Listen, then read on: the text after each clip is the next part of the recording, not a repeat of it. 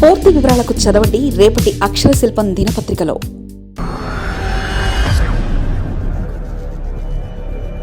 రాజకీయాల నుంచి విరమించుకోవాలని ఎంఐఎం శాసనసభ పక్ష నేత అక్బరుద్దీన్.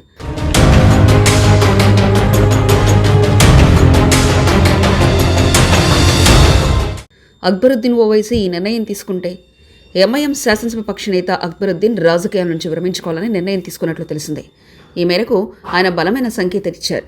అయితే ఆయన తన రాజకీయ వారసత్వాన్ని కుమారుడు నూరుద్దీన్కి అప్పగించాలని దాదాపుగా నిర్ణయం తీసుకున్నట్లు కనబడుతుంది. ఇటీవల ఆయన ఓ కార్యక్రమంలో చేసిన వ్యాఖ్యలు అందుకు అర్థం పడుతున్నాయి. ఆరోగ్య కారణాల రీత్యానే రాజకీయాల నుంచి ఆయన తప్పుకొని పూర్తిగా విశ్రాంతి తీసుకోవాలని భావిస్తున్నారు. ఇప్పటికే ఆయన తన కుమారుడు నూరుద్దీన్ ఓవైసీని తన వెంట తిప్పుకుంటున్నారు.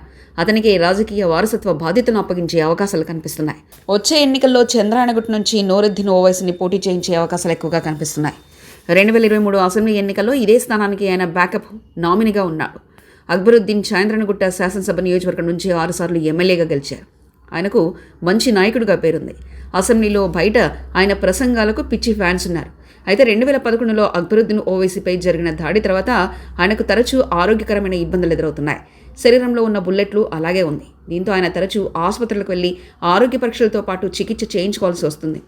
2011 ఏప్రిల్ 30న బార్కాస్లో కత్తులు, తుపాకులతో దాడి చేసిన దుండగులు అక్బరుద్దీన్కి తీవ్ర గాయాలు చేశారు. కడుపు, చేతికి బుల్లెట్ గాయాలయ్యాయి. చాలా వాటిని వైద్యులు తొలగించినా ఒక బుల్లెట్ కీలక అవయవాల దగ్గర ఇరుక్కుపోవడంతో అలాగే ఉంచాల్సి వచ్చింది.